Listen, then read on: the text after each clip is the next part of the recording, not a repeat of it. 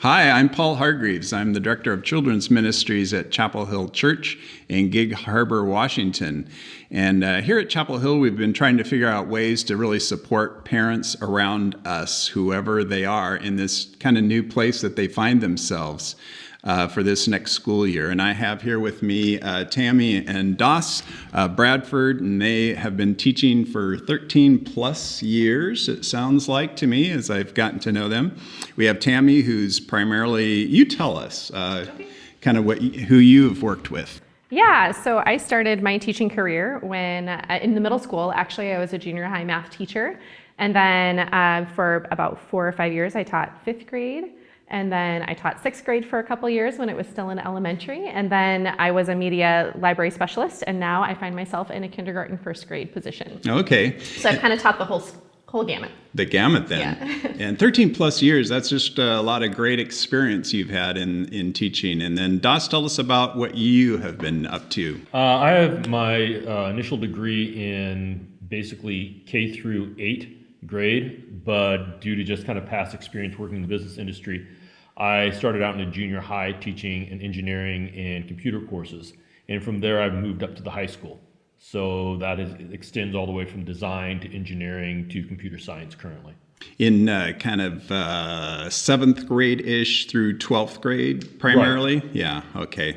And you both have 2 kids together. And this last spring, things changed for the 2 of you in teaching full-time plus teaching them at home. So kind of tell us about that experience. And I think that's going to be really helpful for them to understand, what it's like to work and teach your children at home. So tell me a little bit about that, starting Tami there. Okay. Well, when it was actually, one of the things that I loved, actually, I came home and as soon as we knew we were shut down, which was a big, for all of us, a big game changer in life.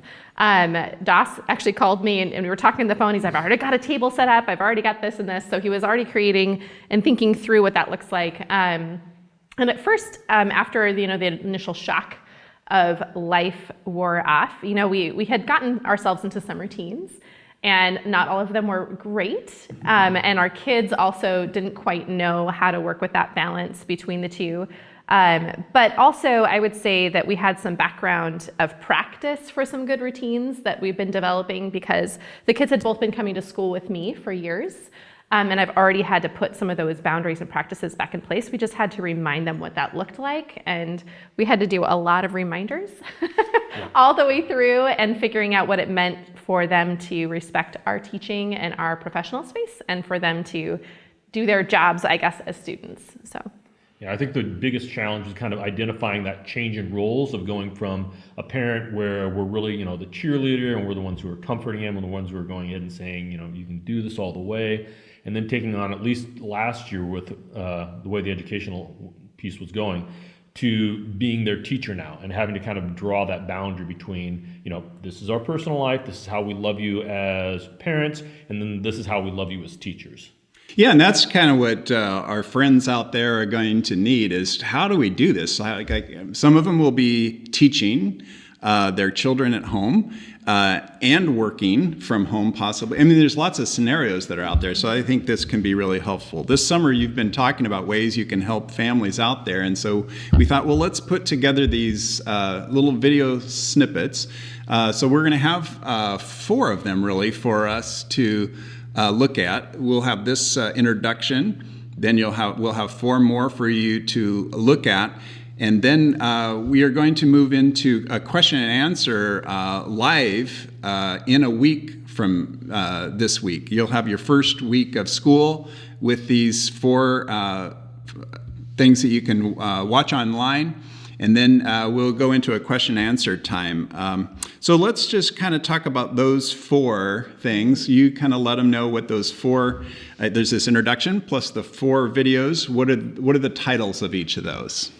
The first video we're going to look at is basically what does on learning look like from the district and the teacher perspective. So what are the teacher and the district expecting the students to do, and in piece of that with the actual parents to do. Yeah, that partnership. And the second one that we're going to talk a lot about that I'm particularly really passionate about is what do we do creating those routines and those procedures?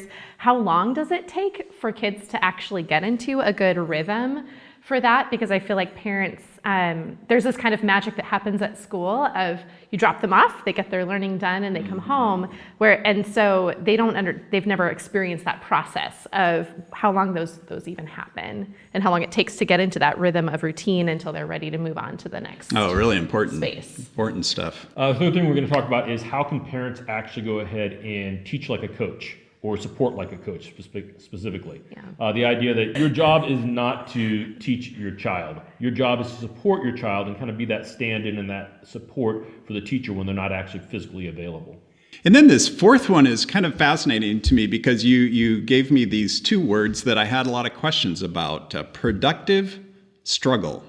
Yeah. And when you explained it, it was really, I think, going to be really important for you to learn this one. So tell us a little bit about that one. Yeah, I feel like no matter what, if you make something too easy for a kid or a student, I guess from a teacher's perspective, they're not necessarily learning it. You're just kind of giving them these fill-in-the-blank spots. And there's this kind of sweet spot that where they struggle enough that they care to move on and learn deeply. And I think we'll get in more into it, what that can look like as a parent, because that's definitely a very different space as a parent than it is in the classroom with us as teachers. And as a teacher, it's one of those things where you're always kind of balancing that line between the student becoming frustrated to the point where they give up and the student becoming bored because they're being disinterested. Right. And the challenge is being right in that middle and pushing them or pulling them either way to get the most out of them and get the most learning from them. And that's going to be different from every child. Yes. So it's important for you to know your children and what that line is going to be. So anyway, I'm fascinated by that one in particular, but all of them I think are going to be great. You'll watch this first one, which is introduction. Then we'll have 4 more for you to watch.